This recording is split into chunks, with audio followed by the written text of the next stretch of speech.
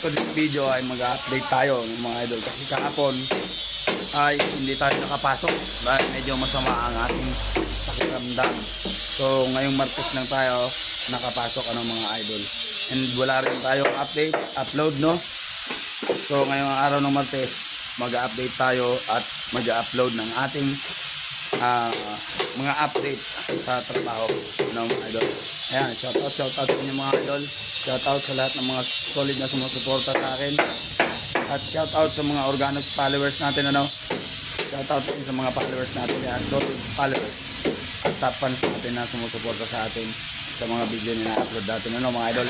Pagamat konti lang ang tumatangkilik sa atin at nanonood sa ating mga content, pero tuloy-tuloy lang tayo mga idol. Hindi tayo pwede sumuko. Pwede magpahinga pero hindi pwede sumuko.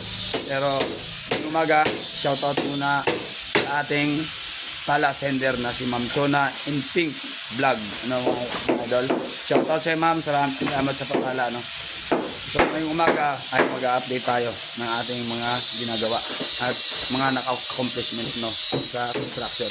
Ayan. Shoutout sa inyo, sa mga naniniwala at nagtitiwala sa mga video na i-upload natin, mga sumusuporta sa atin at hindi nangiiwan. Yan, shoutout sa inyo. Pupunta na tayo sa ating mga update sa ating trabaho at mga nagawa natin, nakaraan kasi kahapon wala tayo, yung mga kasama lang natin ang pumasok, kasi hindi tayo nakabangon dahil medyo masama ang ating pangangatawan. So ngayon ay dito na tayo. Ayan, umpisa tayo magpahukay ng column footing, Bali yan ay parilya, pag-uupuan ng poste.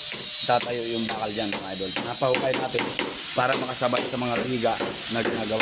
So ngayong araw, nagpapa-assemble na rin tayo ng gagamitin natin mga forma para doon sa bika, ng mga binamagpakalan. So ito yung mga idol. Bali ito ay biga ng, ito ay roof beam, mga idol. Uupuan niya ng hollow block o CHB. Diyan ipapatong ang CHB. Kailangan natin yan para i-reinforce yung mga luma ng structure ng mga naunang bahay. Kasi medyo may karupukan na yan, mga idol. Kaya kailangan natin i-reinforce ng roof beam. Paikot, So kahapon, ayan yung nagawa nila dito sa kabilang side. Yan, yung biga na yan. Yan. Hanggang doon sa dulo yan, mga idol. Meron tayong nag-assemble